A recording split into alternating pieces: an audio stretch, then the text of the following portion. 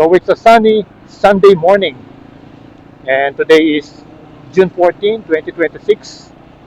At ngayon ay nandito tayo sa may kahabaan ng MacArthur Highway. At ito na yung stoplight dito sa crossing ng papuntang Pulumbulu and then dito papuntang Angeles City proper. At for today's video ay aalamin natin yung kalsada rito. Yung shortcut, yung tinatawag nilang shortcut from Angeles City to San Fernando via Pulumbulu dito sa may Mangga area. Yan. Titingnan natin kung ano na ba yung kalagayan ng shortcut road na to na madalas na dinadaanan ng mga taong nagtatrabaho, yung mga galing dito sa may Angeles City papunta doon sa may San Fernando, especially sa Malino area o yung iba sa Suklaban area. Yan, meron ding daan yan. So last time tayong duman dito, merong mga parte na bako-bako, mga hukahukang kalsada. At meron din naman na sementuan pero hindi pa tapos. So yan, titingnan natin para sa mga hindi pa nakakaalam sa shortcut na to. Tapusin nyo yung video para makita nyo kung saan lalabas ito. Okay, let's go. Tara. Medyo makitid na yung kalsada rito. Pero dito, very busy road. Ayan o. Marami na nagbago rito. Dati kasi nung mga taong 1990s, nung namamasada pa tayo ng tricycle, lagi tayo nag-atid dito sa may Mangga area kung saan nandun yung mga malalaking factory ng mga ratan, yung mga ratan furniture, yung Aweka, nandyan yun, yung Calpern, gano'n, Aweka. At pag umaga, ang daming tricycle dito, yung mga namamasada papuntang palengke at papunta dyan sa area yan, yung galing sa palengke.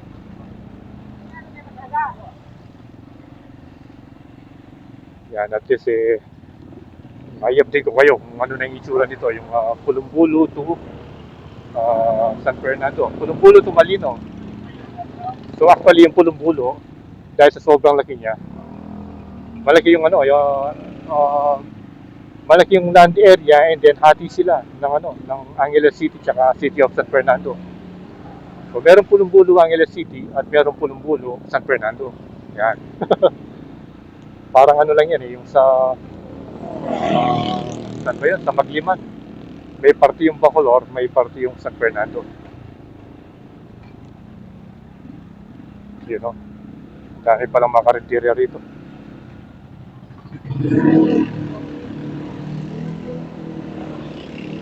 Maraming kumakain siguro dito dahil maraming mga empleyadong dumadaan dito eh.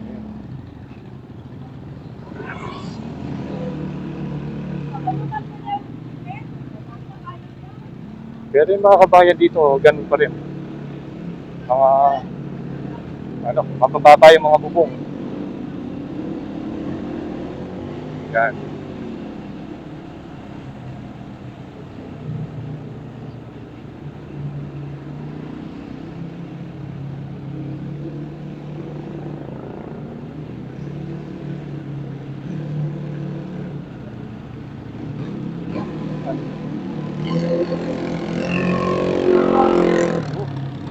Ingay no?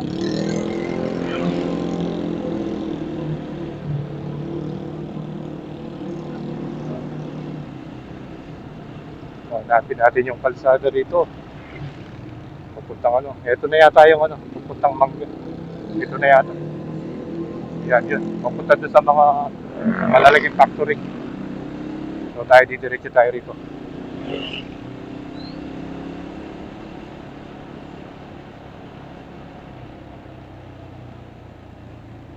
Pinedas Farm. I think dito pala. Dito pala yung kalsada. Papuntang Ito, Pulumbulu, San Fernando, Pampanga. Ayan. Bali yung nauna, Pulumbulu, Angeles City. Ngayon, Pulumbulu, San Fernando, Pampanga na tayo. Maganda naman yung kalsada pagdating dito. Asfaltado.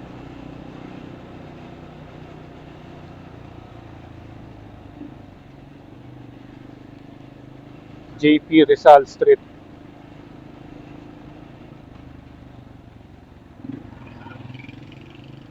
Yan. Saan na kaya dito? Diretso pa ba?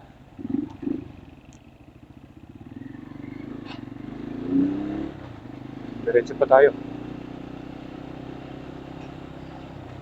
Uy, ang daming apartment.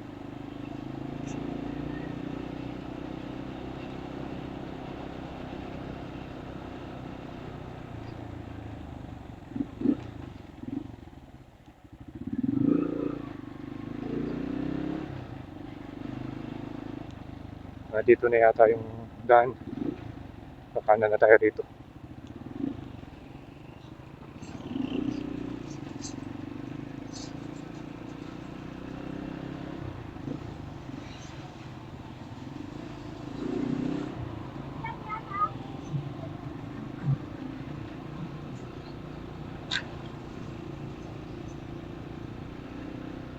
Dito pala yung school. Pulumbulo Integrated School. Ayan o.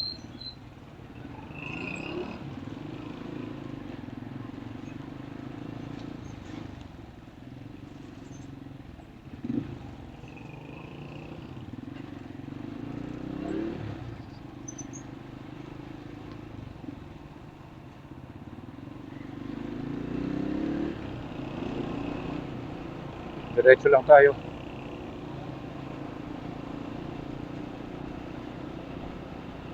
Ayan, dito na yata o. Dito na yung papasok. Pakaliwa.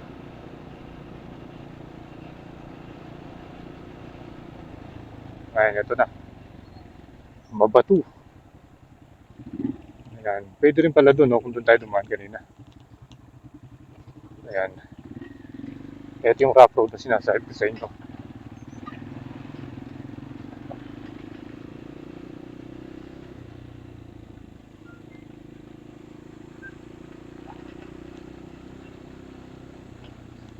Bali, ito pa yung hindi nasisimentuhan. So, last time ganun pa rin. Hindi lang natin sure dun sa bandang unahan kung may nadagdagan na ba dun sa mga concrete paved road doon.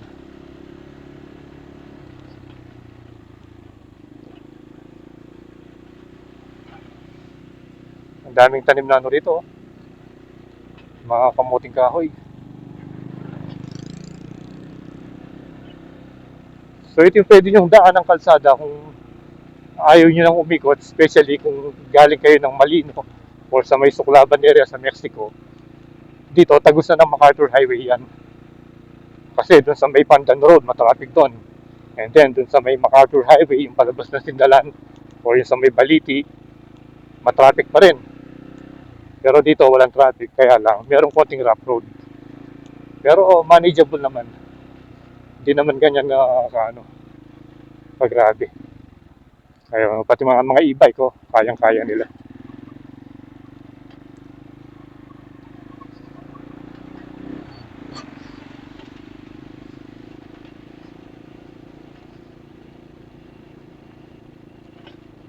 Yun. So tanaw na natin yung yung sementadong kalsada. Ang daming mga puno ron, no?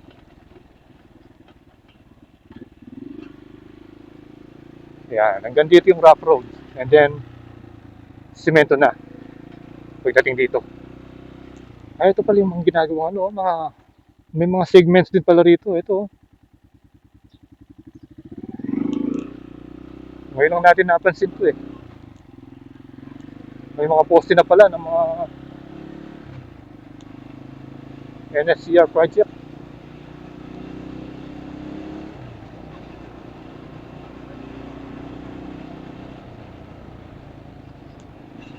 Ayan. Mas madali rito. Especially yung mga residente. Taga dyan. Kung sa Malino, sa may Kapaya Uno, ganyan.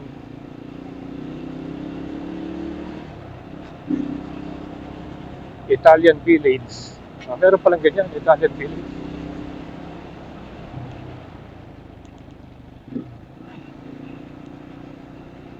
May nakita tayong karatula doon. Bali, ano pala ito?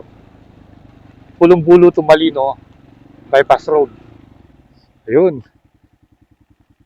Ayan yung mga ano, yung mga poste. Dito pala meron.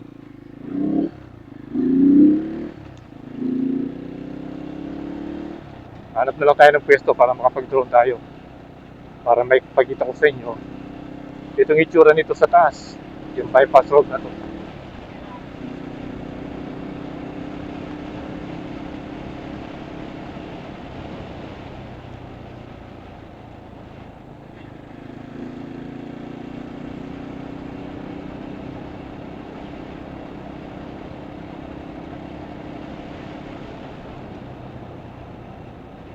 Yun. Dito mga sugarcane pa yung mga tanim. Ayan o, NSCR Viaducts.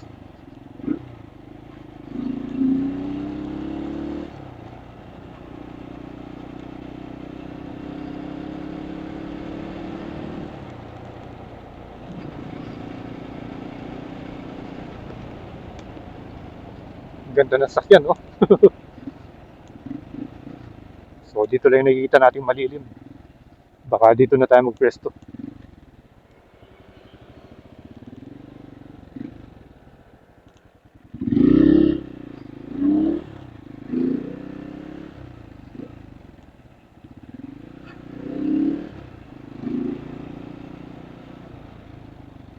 Okay, so diretso muna tayo hanggang doon sa dulo. Doon sa may Malino Road. Yan. And then balik na lang tayo doon sa may lilim para makapag-doon. Tingnan muna natin yung kabuuan nito.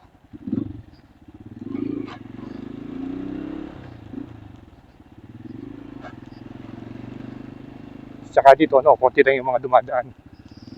Hindi gaya doon sa may main road. Talagang ano, crowded na ron. Anong mga tanim ito? Hindi, no? Ano kaya mga tanim ito? Ang mga kamuting kahoy din. Pero parang ano eh.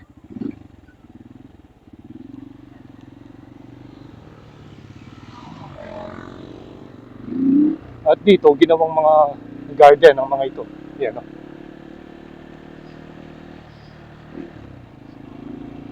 So, ayan. Ito na yung pinaka-endpoint niya. Endpoint as well as entry point kung manggagaling ka ng Malino Road. Ayan. So, dito, parang may details dito. Ayan, no? Construction of road, Barangay Malino to Pulong-Bulo. Ayan. So, tara, balik na tayo doon. At ito na yung Malino Road. Yan, ito na. Yun, papunta na ng Angeles City sa Mining, and then ito, papunta ng Baliti, Kalulut, Sindalan. Yan. So, tara, balik na tayo doon.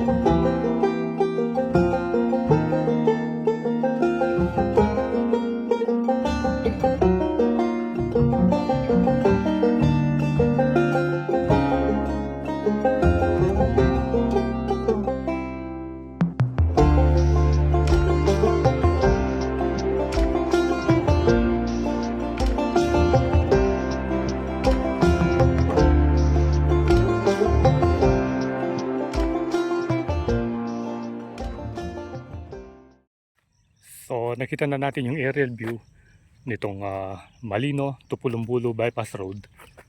Dito yan sa may boundary ng Pulumbulo at saka Malino. So nakita rin natin yung yung mga viaducts ng NSCR San Fernando. Nandito pala, oh. At yan, tingnan nyo gaano kalawak yung sa likod ko. Although meron portion na hindi pa rin simentado, pero maiksi na lang at manageable naman kahit anong vehicle kasya naman at pwedeng dumaan. So I think dito ko natatapusin yung ating vlog tungkol sa pag-update natin dito sa kalsadang ito, shortcut from Malino to Pulumbulo. Ayan, labas nito MacArthur Highway na. So again, salamat sa panonood and ride safe always. Keep tuned to Proylandas for more video updates here in Pampanga and all over the place. So, see you when I see you in Proylandas.